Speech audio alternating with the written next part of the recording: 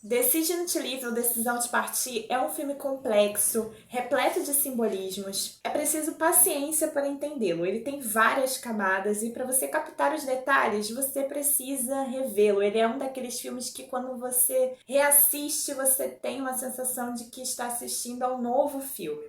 Olá pessoal, meu nome é Renata Farias, sejam bem-vindos de volta ao meu canal. Hoje eu comento sobre esse filme belíssimo, Decisão de Partir, do diretor Park Chan-wook. Ele que ganhou o prêmio de melhor diretor no Festival de Cannes neste ano de 2022 pelo seu filme Decisão de Partir. Ele que dirigiu filmes como Old Boy, A Criada, Eu Sou um Cyborg e Daí, e entre outros filmes. Mas antes de prosseguir esse vídeo, eu convido você a deixar um like aqui, é muito importante para ajudar o projeto a se manter na plataforma. Decisão de Partir é um filme de romance policial, neo-noir de mistério, mas houve momentos aqui também cômicos e até breves momentos de ação. A trilha sonora desse filme e também certas cenas me lembraram os filmes de Hitchcock. Mas calma, por ser um filme de suspense policial, criminal, lembrar um pouco o estilo dos filmes de Hitchcock, você pode estar achando que é um filme intenso, acelerado. E não, eu recomendo esse filme para quem gosta de um dorama, para quem assistiu Drive My Car e curtiu o filme, gostou, não achou chato, porque se você não gosta de doramas, provavelmente você vai achar esse filme bem chato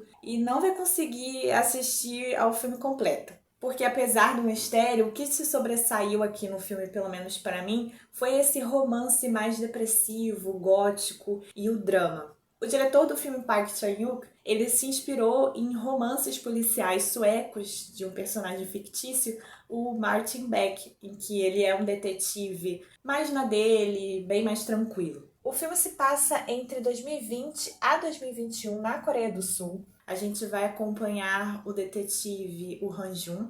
Eu não sei se é assim que se pronuncia, eu criei o meu próprio idioma aqui para pronunciar esses nomes, porque as falas são muito rápidas no filme e eu não consegui captar. Mas voltando aqui, esse detetive ele vai ser responsável por investigar um caso da morte de um alpinista, o Kim Do-shi. Ele teria supostamente se acidentado enquanto ele escalava a montanha. Eu digo supostamente, e assim, não é spoiler dizer aqui, porque não há certeza no início do filme se foi um acidente ou se ele mesmo que causou a própria morte ou se foi alguém que provocou a morte dele. E no caso, esse alguém seria a própria esposa do alpinista, a Soi Soré. E assim, por ela ter sido uma suspeita do caso, ela vai se tornar investigada e esse detetive, que é casado, ele vai se aproximar dela. Só que ele vai acabar criando um sentimento amoroso por ela e vai ser difícil ele tratar esse caso com profissionalismo. Esse é um filme que para mim se alterna entre um suspense policial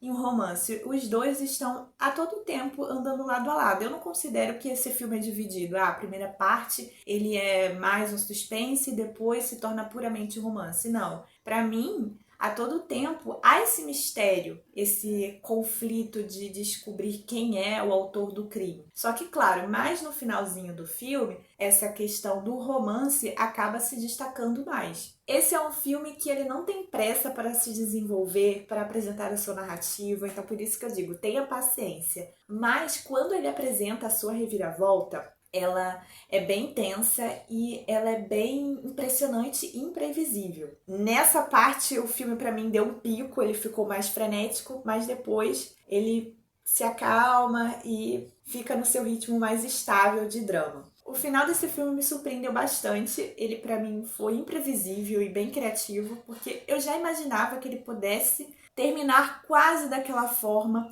mas não daquele jeito, não como foi desenvolvido. Decisão de Partir é um filme bem coerente, tudo se conecta nesse filme. Até as subtramas, que em um primeiro momento, quando a gente vê o filme, a gente pode até pensar, isso não é tão importante, poderia ter sido cortado do filme. Mas elas dialogam com a trama principal e a dinâmica entre esses dois protagonistas, o detetive e a acusada. Essas subtramas acabam revelando muito sobre a relação entre esses dois. Outro ponto que eu achei interessante aqui no filme foi ele ter abordado brevemente sobre conflitos históricos que aconteceram por volta de 1930, que foram conflitos entre o Japão e a Coreia, que a Coreia ela lutou pela independência dela. As atuações aqui no filme estão incríveis e eu dou destaque para os atores que interpretaram a acusada e o detetive. Os dois têm uma química incrível e é impressionante assim como os olhares entre eles são penetrantes e eles conseguem transmitir um sentimento profundo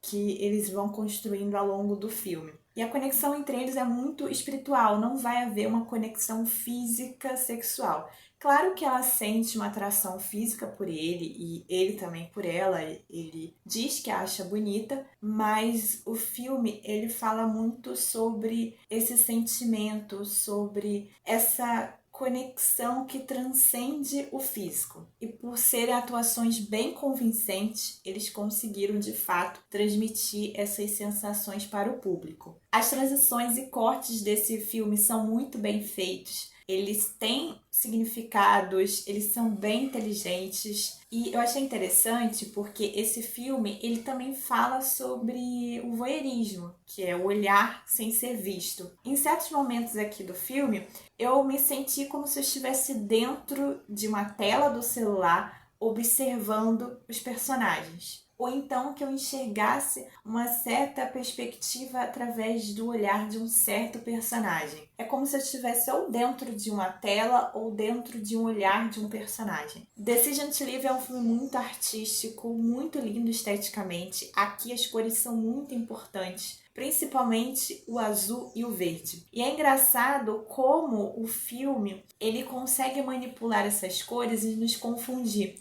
A gente fica pensando, será que é azul ou será que é verde? E esse azul aqui se remetendo ao oceano e o verde às montanhas. Símbolos que vão marcar a vida da personagem da acusada. Eu digo isso por conta de um vestido que a acusada vai usar e que me confundiu. É verde ou é azul? E até mesmo o próprio papel de parede da casa da acusada também me confundiu. Em primeiro momento em que eu olhei, eu pensei, é azul e parece ser várias ondas do mar. Depois, novamente, quando apareceu por uma segunda vez, eu pensei que fosse verde e que, na verdade, representasse ali várias montanhas. E aí, então, eu cheguei à conclusão que o filme ele faz isso de forma proposital.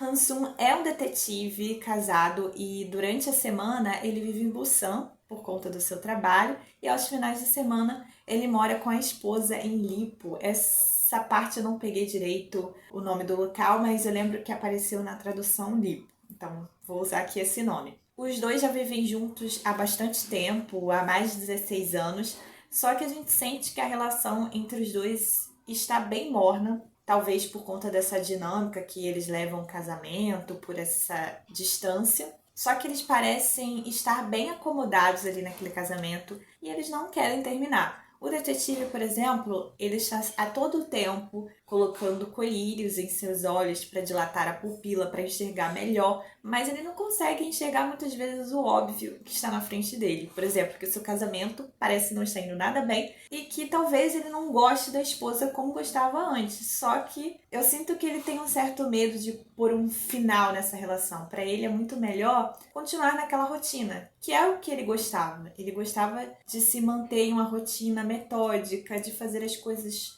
de forma bem perfeccionista, de sempre resolver os casos do seu trabalho. Então, para ele permanecer naquele casamento era o melhor que ele poderia fazer, mesmo talvez não gostando mais da esposa. E ela também tinha a personalidade dele, que era ser uma mulher mais perfeccionista, ela queria que ele fosse perfeito. Já a Choi Soo-rae, ex-esposa desse alpinista, imigrante chinesa e enfermeira, ela tem uma personalidade totalmente oposta a esse detetive. Ela é ousada, ela gosta de mudanças, o seu jantar é tomar sorvete. E enquanto esse detetive, ele gosta sempre de solucionar os casos e ter orgulho da sua profissão assim, ela já não gosta de casos solucionados. Ela quer que sempre fique em aberto. Mas essas personalidades diferentes não foram empecilhos para que os dois se apaixonassem. O detetive e a acusada. Os protagonistas aqui desse filme, eles têm medo de ser vulneráveis, eles não têm coragem de expor os seus conflitos internos, os seus sentimentos verdadeiros ao outro.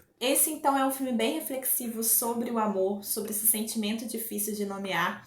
E aqui a gente vê claramente que nós não somos os senhores do nosso destino quando se trata por quem a gente vai se apaixonar ou não. A gente não tem um controle disso e apenas acontece, como a gente vê aqui personalidades opostas se aproximando. Certamente esse será um filme que vai dividir opiniões. Algumas pessoas vão achar um filme entediante, principalmente em relação ao ritmo dele, mas eu particularmente gostei. Essa questão do ritmo não foi algo que me desagradou, até porque eu já esperava isso, em razão de eu ter assistido alguns filmes asiáticos e eles não terem pressa para acontecer, então eu já fui nessa expectativa mesmo. Além de eu ter achado o filme muito bem feito e eu fiquei muito impressionada com a riqueza de significados que esse filme carrega. E como essas 2 horas e 18 minutos aproximadamente do filme, para mim, se prolongou em dias, porque eu saí da sessão e até hoje eu fico pensando e refletindo sobre o final,